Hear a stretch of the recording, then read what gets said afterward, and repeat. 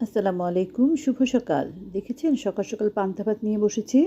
আসলে পান্তা ভাত কি তা তো আপনারা সবাই জানেন, রাতে ভিজিয়ে রাখা ভাতটাকে পান্তা ভাত বলে। এইটা কিন্তু আমাদের বাঙালির সংস্কৃতির জনপ্রিয় খাবার। এটা স্বাস্থ্যের অনেক উপকারী। এটা হজম শক্তি বাড়ায়, শরীর ইলেকট্রোলাইট যোগাতে সহযোগিতা করে। তাছাড়া শরীরে যখন আপনার যে কোনো আর কি প্রদাহ জ্বালাপোড়া সেটা কমাতেও সাহায্য করে। পান্তা ভাত ল্যাকটিক অ্যাসিড ব্যাকটেরিয়া থাকে, যে জন্য হজমের জন্য অনেক উপকারী।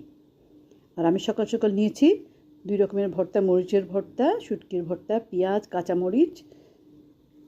আর আমাদের বাড়ির নিয়ম এলো খেতে বসে আপনার ডিমটা ভেজে আনতে হবে। তার আগে ভাজলে ঠান্ডা হয়ে যায়, তার জন্য আমি সব রেডি করে ডিমটা ভেজে নিয়ে এসেছি। আলহামদুলিল্লাহ, এখন আমরা খেয়ে নেব পান্তা ভাতটা।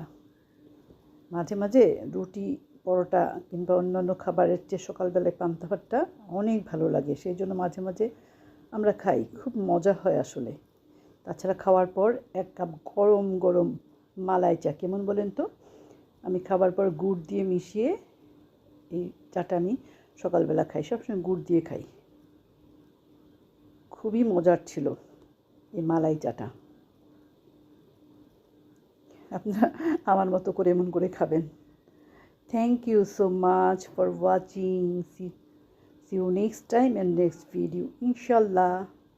আল্লাহ হাফেজ।